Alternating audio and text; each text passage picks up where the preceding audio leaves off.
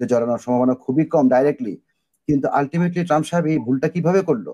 এবং আমার মনে হয় এটা মাত্র শুরু, আবার উনি আক্রমণ করবে। এটা যদি হয় তাহলে আমেরিকার ওখানে মধ্যপ্রাচ্যে 40,000 মার্কিন সৈন্য এবং ওদের পরিবার রয়েছে, তারা কোথায় যাবে? এই সেন্টার ফিউজ যেটা ফোর্দো, হ্যাঁ, সেখানে তো তাবা হয়ে যাওয়ার কথা, ওখানে খালি 3টা খোলের মতো। তার মানে কি? আপনি প্যাসেজ প্রবেশদ্বার ধ্বংস করেছেন, যেখান দিয়ে বাতাসযুক্ত সেতু ধ্বংস করেছেন, আরো ধ্বংস করেছেন, মেন জিনিস তো আপনি ধ্বংসই করেননি। Yes. মিড নাইট হ্যামার্স ব্যর্থ হয়েছে, এটা হচ্ছে হেডিং। ফোর্দো এখনো সচল, টানেলগুলোর মুখগুলো ধ্বংস করা হয়েছে, কিন্তু পাহাড়গুলো অক্ষত রয়ে গিয়েছে। এবং তারপরে বলা হচ্ছে যে 1,000 পাউন্ডের টমাহক দিয়ে চেম্বার ধ্বংস করা সম্ভব নয়। 90 মিটার পাথর নিচে থাকা বিকল্প কমেন্ট সিস্টেম অচল করা যায় না 30,000 পাউন্ডের টাংস্টেন ফেলে।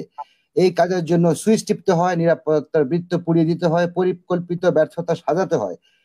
মিডনাইট হ্যামার ফোর্দোকে থামাতে পারে, এটা থামাতে পারেনি, শুধু ওয়াশিংটনের স্ক্রিপ্টই নষ্ট হয়েছে। এটা দিয়েছে একজন রাজনৈতিক বিশ্লেষক, ওনার নাম হচ্ছে থমাস কেইথ।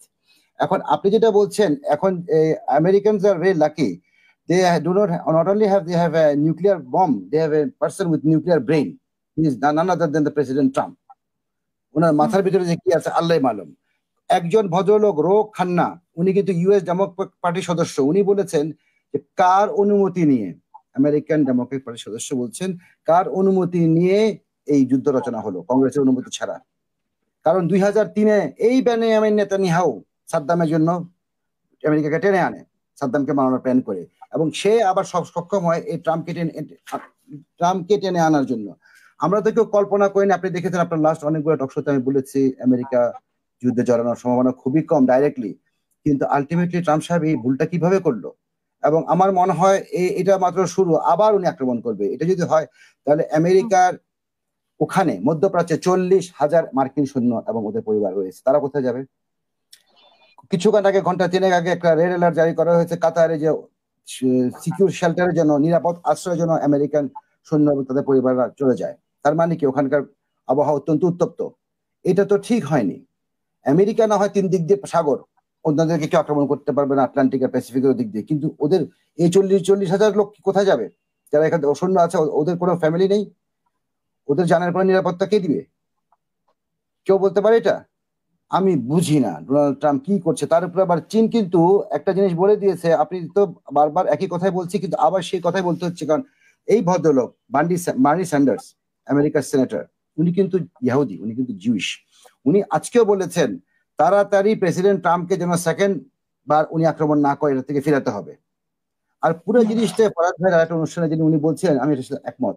পুরো জিনিসটা হচ্ছে আপা, ওয়ার ইজ মানি। এই যুদ্ধ হচ্ছে, এতগুলো অস্ত্র ফেলে যদি আপনি স্যাটেলাইট পিকচারে দেখা যায় এই সেন্টার ফিউজ যেটা ফোর্দো, হ্যাঁ, সেখানে তো তাবা হয়ে যাওয়ার কথা, ওখানে খালি 3টা খোলের মতো। তার মানে কি? আপনি প্যাসেজ প্রবেশদ্বার ধ্বংস করেছেন, যেখান দিয়ে বাতাসযুক্ত সেতু ধ্বংস করেছেন, আরো ধ্বংস করেছেন, মেন জিনিস তো আপনি ধ্বংসই করেননি। এতগুলো বোম কোথা থেকে ফেলেছেন? আপনি কি ফেলবেন? কি কাজ হলো? তেল বানানো হবে ওভাবে, যার যার কমিশন সে পেয়ে যাবে। এটা বিস্তারিত সত্য বললাম না, আপনারা তো সবাই জানেন কেমন সিস্টেম কাজ করে। এর ভিতরে আবার শি জিনপিং বলেছেন যদি মার্কিন যুক্তরাষ্ট্র আন্তর্জাতিক আইনের তোয়াক্কা না করে, তবে মার্কিন যুক্তরাষ্ট্রকে ছাড়াই পৃথিবীর সামনের দিকে এগিয়ে যাবে। তার মানে China is ready confront America. ধন্যবাদ আপা, আমাকে একটু দিলে আমি যাই এখন, আসি তাহলে আজকের মতো।